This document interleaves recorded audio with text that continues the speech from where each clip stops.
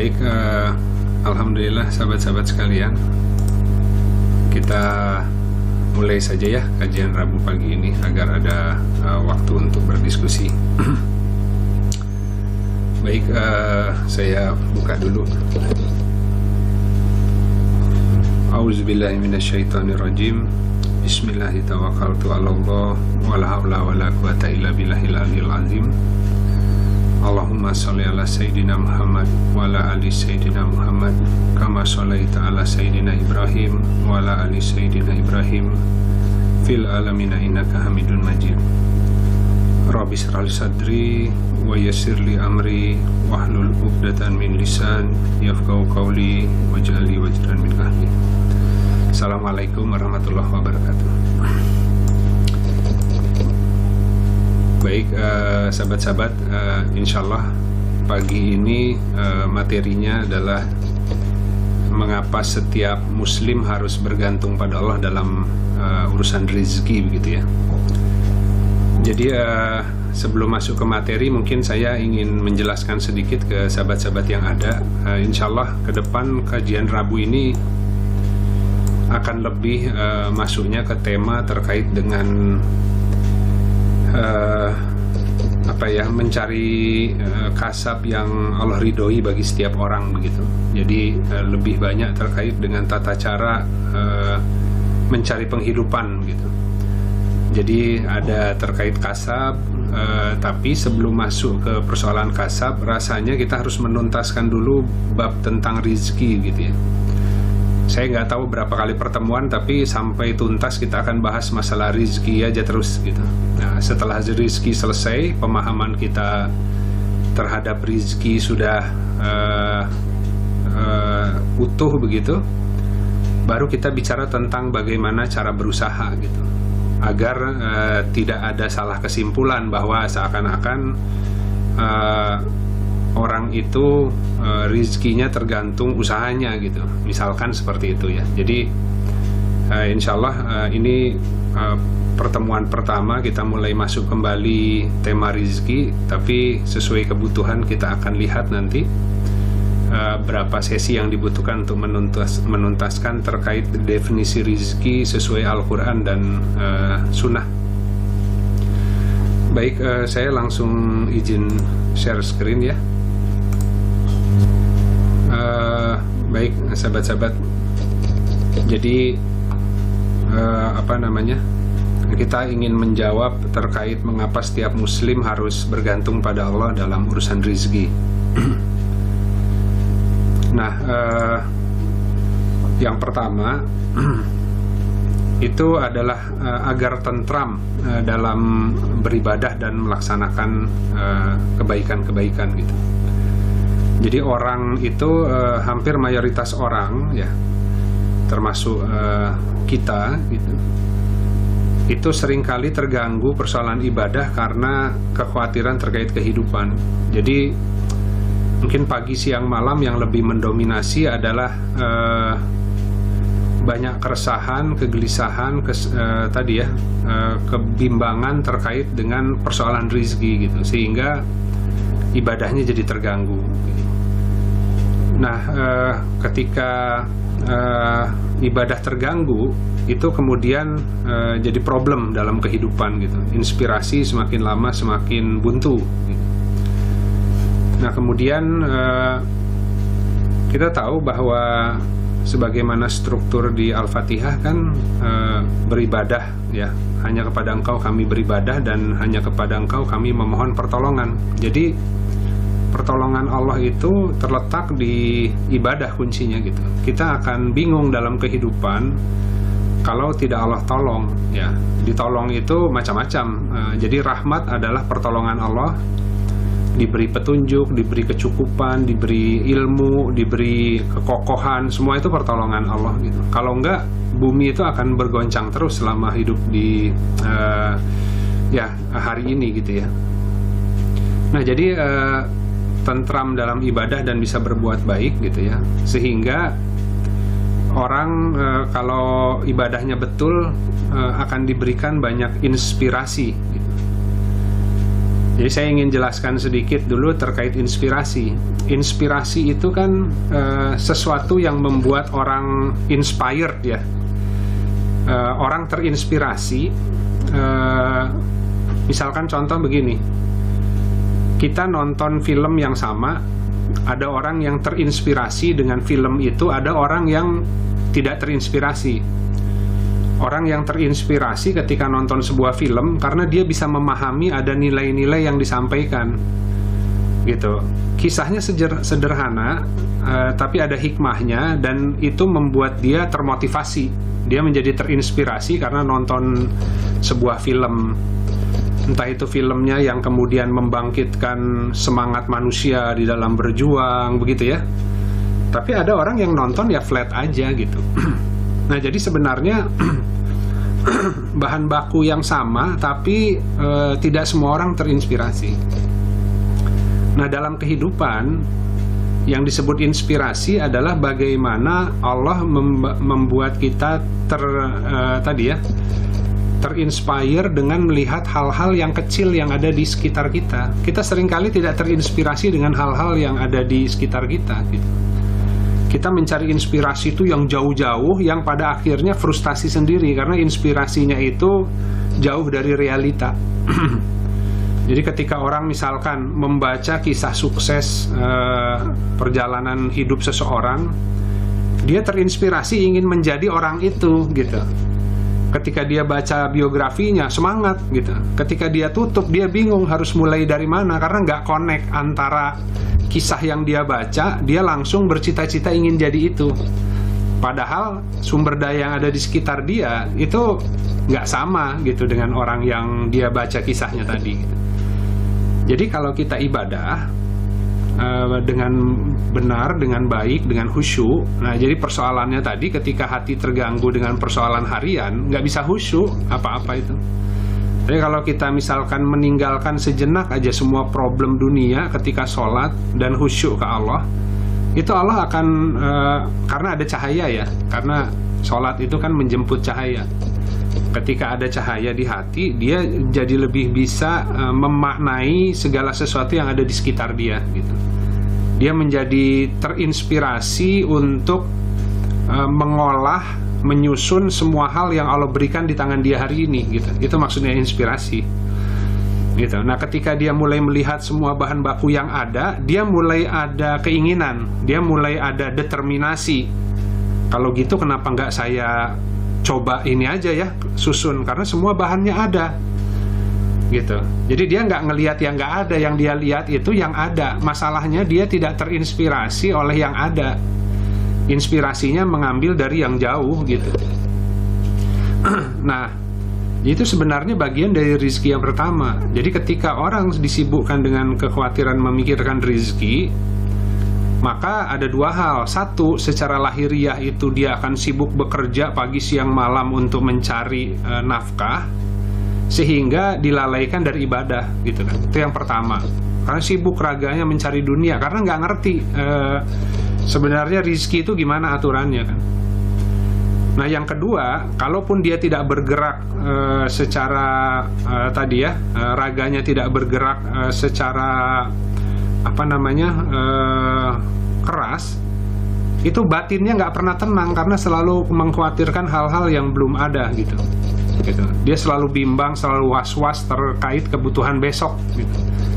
Jadi ada dua, satu lahiriahnya terlalu sibuk, capek, nggak sempet ibadah, atau kedua si batiniahnya selalu resah sehingga ketika masuk ibadah itu nggak pernah bisa khusyuk gitu.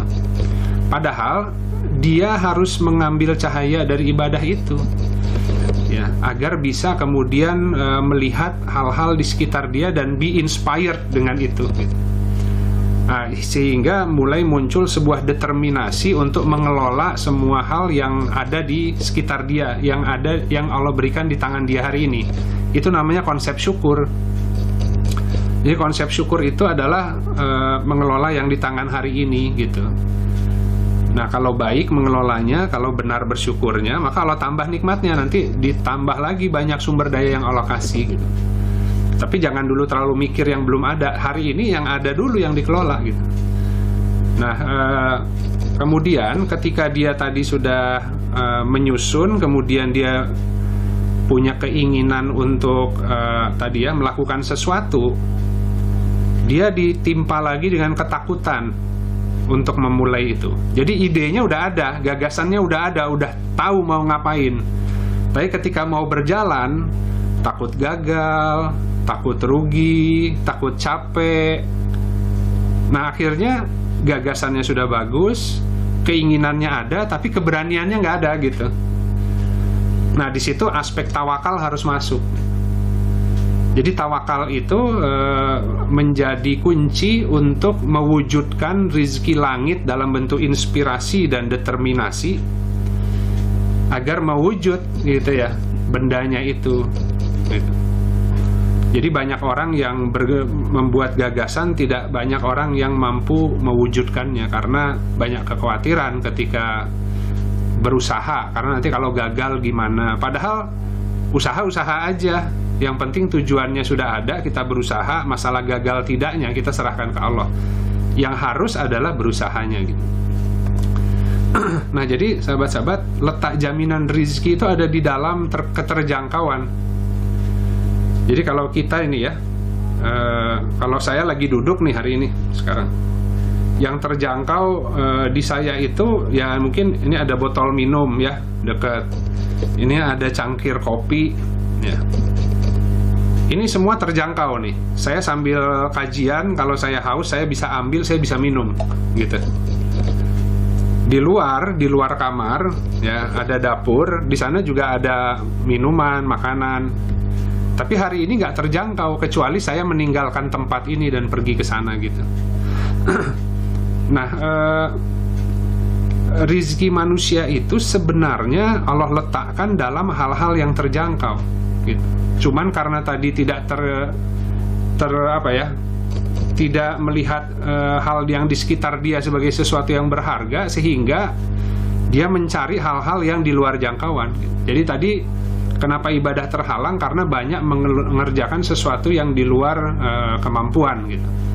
Nah, itu disebut orang itu lebih mengandalkan usaha sendiri ketimbang jaminan Allah ketika dia mengerjakan sesuatu yang di luar jangkauannya. Sebagai contoh gini, dia mau usaha ya, nah dia nggak punya modal gitu. Ditanya kenapa dia nggak jalan, jawabannya adalah karena saya nggak punya modal. Maka yang umumnya dilakukan adalah mencari pemodalnya dulu gitu. Itu orang mengerjakan sesuatu yang di luar jangkauan. Jadi seharusnya dia harus berpikir, makanya tadi harus punya inspirasi ketika dia beribadah. Yang saya punya bahan-bahannya ini, saya nggak punya modal. Gimana saya menyusun ini dengan modal yang ada aja gitu. Itu namanya mengerjakan sesuatu yang di dalam jangkauan. Ketika dia loncat ingin nambah modal, mencari pemodal, bisa keliling-keliling cari pemodal, nggak dapet-dapet, sehingga tadi hal-hal yang di tangan nggak dikerjakan gitu. Nah, itu yang kemudian menghalangi ibadahnya karena terlalu sibuk mencari pemodal untuk membiayai sebuah gagasan. Padahal seharusnya dia harus merubah modelingnya. Ya, karena pemodalnya belum ada, tapi yang ada adalah ABCD. Dengan yang ABCD ini kira-kira gimana supaya bisa jalan ya? Mohon pertolongan Allah di sana, ya Allah. Beri hamba pertolongan agar dapat mensyukuri kan apa-apa yang kau berikan di tangan hari ini gitu. Nah, di situ pasti akan keluar pertolongan gitu. Itu contohnya seperti itu. Jadi biasanya orang itu keluar jangkauan gitu.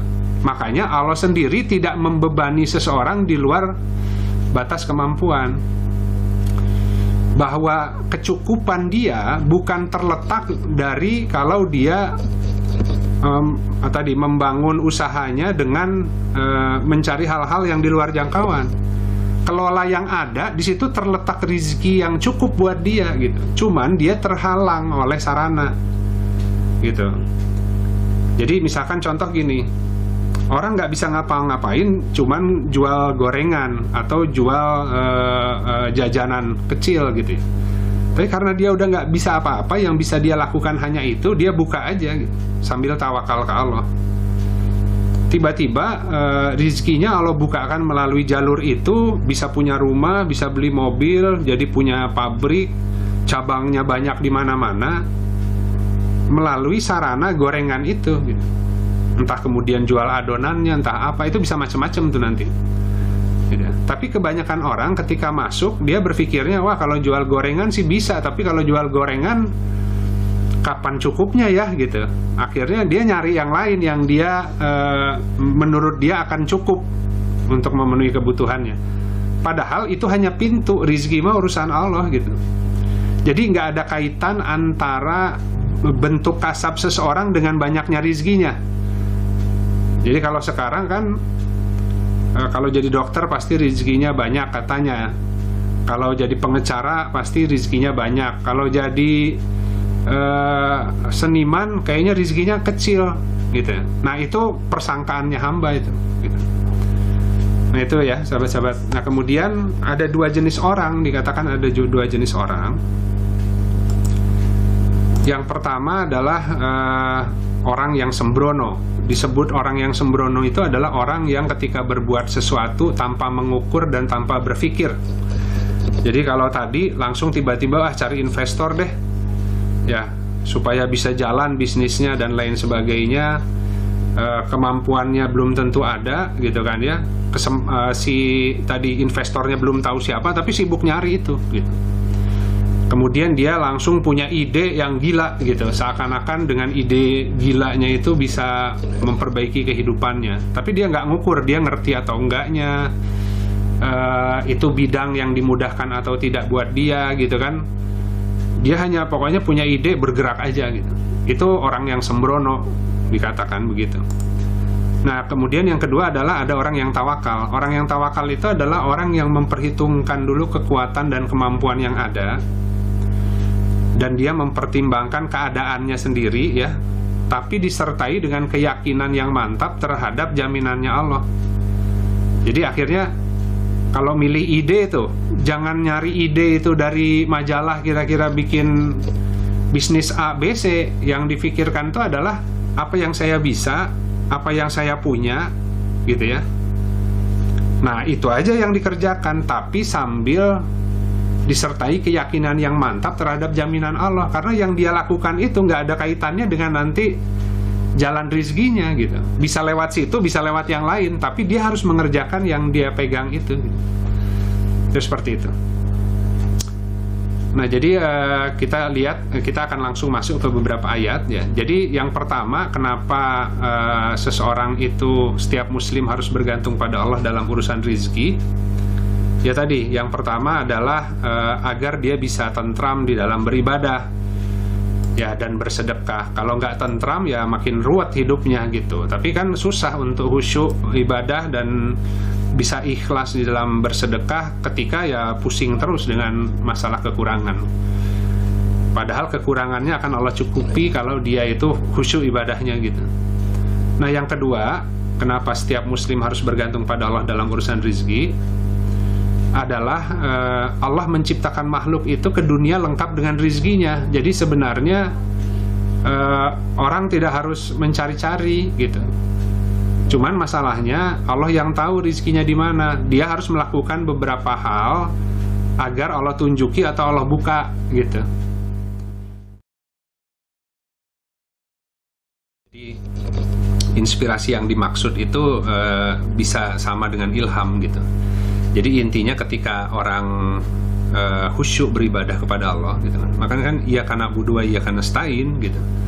Kemudian lanjutan dari ayat itu kan ihdinas siratal mustaqim kan, tunjuki hamba kepada jalan yang lurus. Nah, iyyaka na'budu wa iyyaka nasta'in itu adalah syarat transaksi sebenarnya. Makanya Al-Fatihah dikatakan terbagi dari dua bagian, yang bagian awal untuk Allah, yang bagian akhir pertengahan dan ke belakang itu untuk hamba gitu. Itu dialog kan. Nah si transaksinya adalah bagian yang iyyaka na'budu wa iyyaka nasta'in ya. Jadi kalau manusia mengabdi menyembah Allah, maka Allah akan tolong. Sama dengan ayat lain di Al-Quran, barang siapa menolong Allah maka Allah menolong dia. atau jangan engkau melupakan Allah, nanti engkau akan jadi dibuat lupa terhadap dirimu sendiri, misalkan begitu ya. Jadi itu iyyaka na'budu wa iyyaka nasta'in itu adalah transaksionalnya gitu, ada prasyarat gitu, pertukaran gitu. Allah nggak minta apa-apa sebenarnya, Allah nggak butuh apa-apa, tapi ketika hamba itu kemudian mengabdi, Allah yang akan beri pertolongan-pertolongan dalam kehidupannya agar bekalnya cukup, hidupnya baik di dunia bahkan di akhirat gitu kan. Nah jadi betul bahwa inspirasi yang saya maksud itu sama dengan ilham tadi, bentuknya bisa macam-macam ya. Cuman kan ketika orang dalam kebingungan kehidupan, kemudian dia punya pengetahuan, dasar keyakinan bahwa sebenarnya jalan keluar itu sudah ada pasangan semua ya, tiap problem ada jalan keluarnya. Nah waktu sholat itu dia sebenarnya sangat mengharapkan petunjuk itu gitu. Nah tentu petunjuk tadi bentuknya kadang-kadang ada ilham, ada inspirasi, bisa macam-macam bentuknya gitu. Jadi kita tidak perlu berpikir yang terlalu jauh bahwa petunjuk Allah itu kemudian ada yang tiba-tiba ngomong, ada yang ngelihat sesuatu gitu ya. Yang gitu-gitu bahkan banyak tipuannya gitu. Tapi ketika kemudian kita sholat, kita berserah ke Allah terkait semua problem kehidupan kita, setelah sholat itu seringkali kemudian bisa lebih jernih berpikirnya gitu, diberi ketenangan, diberi kemampuan untuk melihat hal-hal yang sebelumnya tidak terlihat. Nah itu jadi betul inspirasi yang dimaksud sama dengan ilham tadi. Ini kita akan, itu bagian paket dari materi yang akan saya kupas ulang ya insya Allah. Jadi ini baru pendahuluan terkait kenapa setiap muslim harus bergantung pada Allah dalam urusan rezeki. Insya Allah nanti entah kajian Rabu minggu depan, entah yang berikutnya, saya akan kupas lagi Mas Eko dengan lebih disempurnakan ya. Jadi dulu ketika saya buka itu mungkin pengetahuan saya pun ada keterbatasan, tapi insya Allah niatnya sekarang kita ingin khatam dulu masalah rizki. Nah tadi tapi sepintas saja memang betul Imam Al-Ghazali mengatakan ada 4 jenis rizki. Yang pertama adalah yang tadi yang yang sudah Allah jamin ya, yang sudah dibagikan, kemudian yang diberi penguasaan atasnya mamluk tadi, dan yang terakhir maudud itu yang Allah janjikan gitu. Nah, tentu dari 4 rezeki itu kita butuh tahu perbedaannya gitu ya, seperti apa. Tapi yang standar itu adalah yang dijamin dan yang telah dibagikan gitu. Jadi misalkan ketika orang di rahim ibu 120 hari itu turun jiwanya kan sudah disampaikan sebelumnya terkait rizkinya kan. Nah itu masuk dari bagian yang sudah Allah yang sudah Allah bagikan gitu. Bagikan itu dia sudah ada porsinya, tapi belum tentu dapat sebenarnya gitu. Jadi kayak kodo dan kodar ya. Allah sudah tetapkan si orang ini punya porsi rizki itu misalkan 100% gitu ya. Dia hanya bisa ketika hidupnya itu ngambilnya 10% gitu, karena banyak halangannya gitu. Nah jadi memang menarik, insya Allah saya akan kupas khusus satu materi terkait dengan yang 4 itu Mas Eko. Jadi mungkin saya tidak akan jawab sekarang, tapi kita bertahap nih dari mulai yang awal. Minggu depan insya Allah materinya adalah kenapa Allah membuat kebijakan harus menjamin rizki gitu. Nah mungkin setelah itu saya akan jelaskan yang 4 jenis rizki menurut Imam Al-Ghazali. Jadi itu Ndra, Mas Eko. Jadi insya Allah kita akan ada sesi khusus ya membahas yang 4 itu, karena memang tipis-tipis, tapi harusnya sih nggak tipis-tipis ya kalau kita kaji betul gitu, agar kita clear tuh mana yang mana begitu.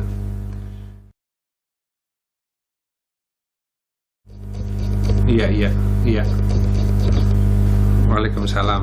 Wah, menarik ya. Jadi memang saya punya kepentingan Mas Eko untuk menuntaskan yang bab rizki, karena saya nggak bisa masuk ke bab kasab kalau definisi rizkinya belum tuntas gitu ya.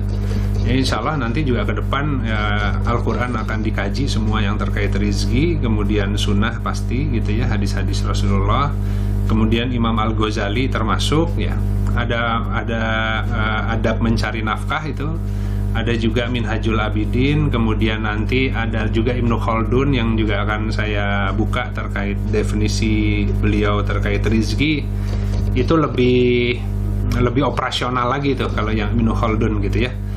Nah yang bawah saya belum sempat lihat ya, baca. Tapi insya Allah tidak boleh hanya sekedar filosofis ya. Jadi target kita di dalam membuka bab rizki ini sampai tuntas semua mekanisme Allah dan syarat-syarat dan apa yang disebut rizki. Karena rizki itu kan pada dasarnya itu adalah gini, apa namanya, Allah itu supplier lah gitu ya, sederhananya itu. Jadi semua kebutuhan hidup yang ada di bumi untuk manusia itu Allah yang supply gitu. Ya, jadi Allah yang maha mensuplai semua kebutuhan, bahkan pengkondisian semua itu Allah yang desain. Buminya seperti ini, mataharinya harus di situ, bulannya harus di situ, panas buminya harus sekian gitu ya, sampai kondisi ideal. Baru manusianya Allah juga yang desain, jantungnya harus begini, paru-parunya harus begini ya. Kan jauh dari sebelum makanan dan minuman manusia hadir terus bisa ngirup oksigen aja sudah luar biasa. Itu bagian dari rizki juga. Jadi semua bentuk perangkat kehidupan yang membuat orang tuh bisa sustain itu disebut rizki sebenarnya. Ya, jadi orang bisa bertahan hidup tanpa minum dan makanan itu ada batas waktunya, tapi tanpa udara orang paling cuma berapa menit gitu ya. Jadi ada hal-hal yang disebut rizki itu apa ya, memang semua hal yang Allah supply sehingga makhluk itu bisa berlangsung kehidupannya itu disebutnya rizki sebenarnya gitu ya. Nah apa namanya, jadi secara filosofis ya tentu kita harus pahami, tapi nanti secara perantal perintilnya mudah-mudahan dikasih kemampuan untuk menurunkan ya. Kayak Ibnu Khaldun misalkan sepintas mengatakan rizki itu ada yang komplementer sifatnya. Allah sudah desain sebagai sunatullahnya, begitu keadaannya gitu. Nah, tapi misalkan contoh sederhana, ketika tanah subur itu udah Allah yang desain gitu. Ya mungkin tanah yang daerah pegunungan ya, karena di situ ada vulkanik dan lain sebagainya, kemudian tanahnya memang gembur begitu ya. Tapi dia harus dikelola oleh manusia, yang manusia punya akal, punya teknologi, sehingga daya dukung natural dari tanah itu ketika tidak disentuh manusia akan rendah. Tapi ketika manusia diberikan teknologinya oleh Allah, kemampuan mengolah buminya, si daya dukung bumi itu yang 1:1 tadinya ketika tidak disentuh bisa naik menjadi 1:10 si hasilnya gitu kan. Tapi kalau manusianya dikasih inspirasinya yang buruk ya, maka dia akan mendesain sebuah teknologi yang kemudian hasil akhirnya buminya rusak gitu. Nah kalau buminya rusak, mata airnya mungkin tadi tercemari dengan kegiatan manusia, itu juga akan menutup rizki-rizki Allah yang sifatnya penopang kehidupan gitu. Jadi nah Allah itu yang maha mensuplai semua sebenarnya ya. Akalnya Allah yang suplai, bahan bakunya Allah yang suplai, semangatnya Allah yang suplai. Jadi sebenarnya Ar-Razzaq itu lebih kepada dia yang maha mensuplai semua gitu. Jadi nah itu itu luar biasa, sustenance. Jadi kalau tadi makanan minuman, Allah kasih tanahnya, kasih mataharinya, kasih airnya, ya nanam dulu gitu. Setelah ditanam baru nanti dituai, kemudian diproses baru jadi makanan gitu. Nah jadi rizki itu semua hal yang terkait dengan memproses semua bahan baku yang Allah kasih sehingga manusia bisa bertahan hidup gitu.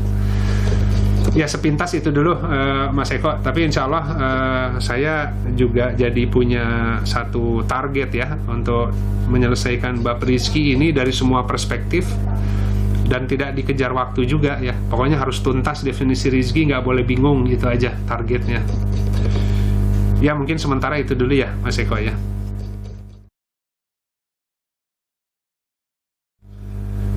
Iya, tadi kuncinya adalah rizki kita hari ini. Nah, rizki manusia itu nggak pernah putus ya. Kalau putus rizkinya mati orangnya tadi. Jadi rizki Allah itu terus ada ya. Tapi rizki kita yang ada hari ini, kecukupannya itu terletak di hal-hal yang terjangkau.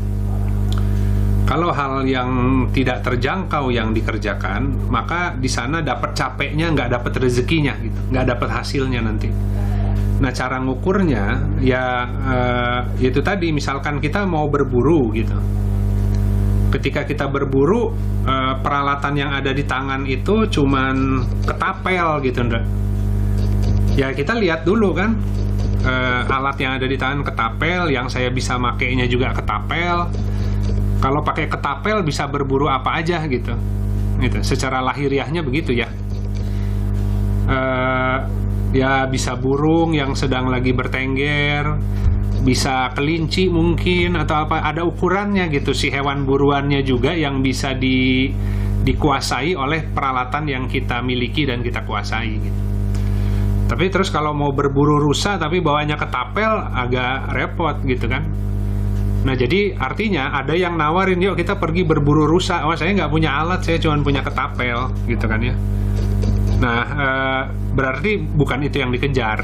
Sederhananya gitu, Ndra. Jadi kecukupan kita ada di, jadi kalau tadi ngejar rusa itu orang melebihi kemampuannya, berusaha mengejar sesuatu yang tidak terjangkau hari ini. Dia akan dihabiskan lelah untuk mengejar hewan buruan itu. Kalaupun seakan-akan dalam jarak yang bisa dikuasai, ketika dia pakai senjatanya itu tidak mempan gitu, tidak cukup sesuai untuk memperoleh buruan yang seperti itu. Ya mudah-mudahan bisa menjawab ya. Jadi kira-kira begitulah analoginya gitu. Baik, sahabat-sahabat, yang hak dari Allah, yang batil dari saya pribadi. Atas hal-hal yang kurang berkenan saya mohon maaf. Kita sama-sama akhiri kajian siang ini dengan beristighfar kepada Allah dan kafaratul majlis. Astaghfirullahaladzim alladzi la ilaha illa huwal hayyul qayyum wa atubu ilaih. Subhanakallahumma rabbana wa bihamdika asyhadu an la ilaha illa anta astaghfiruka wa atubu ilaik. Subhana rabbika rabbil izzati amma yasifun, wassalamun alal mursalin, walhamdulillahi rabbil alamin.